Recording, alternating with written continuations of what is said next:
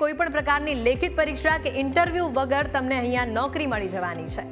ગુજરાતમાં આંગણવાડી કાર્યકર અને મિની આંગણવાડી કાર્યકર આંગણવાડી સહાયકની જગ્યાઓ માટે બમ્પર ભરતી બહાર પાડવામાં આવી છે। આ ભરતી માટે અરજી કરવાની છેલ્લી તારીખ 30 ઓગસ્ટ છે। આપણે જણાવી દઈએ કે આ ભરતી ઝુંબેશ દ્વારા 9000થી વધુ જગ્યાઓ ભરવામાં આવશે। જો તમને પણ ઈચ્છા છે સરકારી જોબની તો સહેજ પણ સમય ન વેડફતા તમારે ભરતી માટે અરજી કરતા પહેલા એ જાણવાનું રહેશે કે આંગણવાડી કાર્યકર અને મિની કાર્યકર માટે લઘુત્તમ લાયકાત 12 પાસ રાખવામાં આવી છે, જ્યારે આંગણવાડી સહાયક માટે 10મું પાસ હોવું ખૂબ જ જરૂરી છે।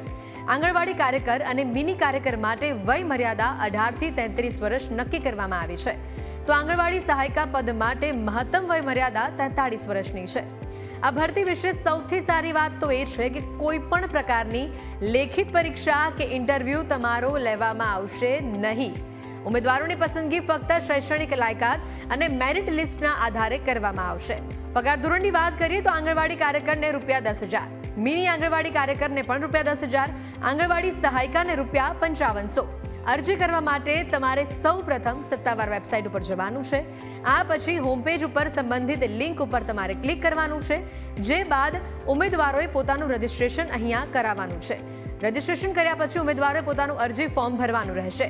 અરજી ફોર્મ ભર્યા પછી ઉમેદવારોએ તેને સબમિટ કરવાનું રહેશે અને ફોર્મ સબમિટ થઈ જાય તે પછી કન્ફર્મેશન પેજ ડાઉનલોડ કરીને તેની પ્રિન્ટ આઉટ તમારે કાઢવાની રહેશે।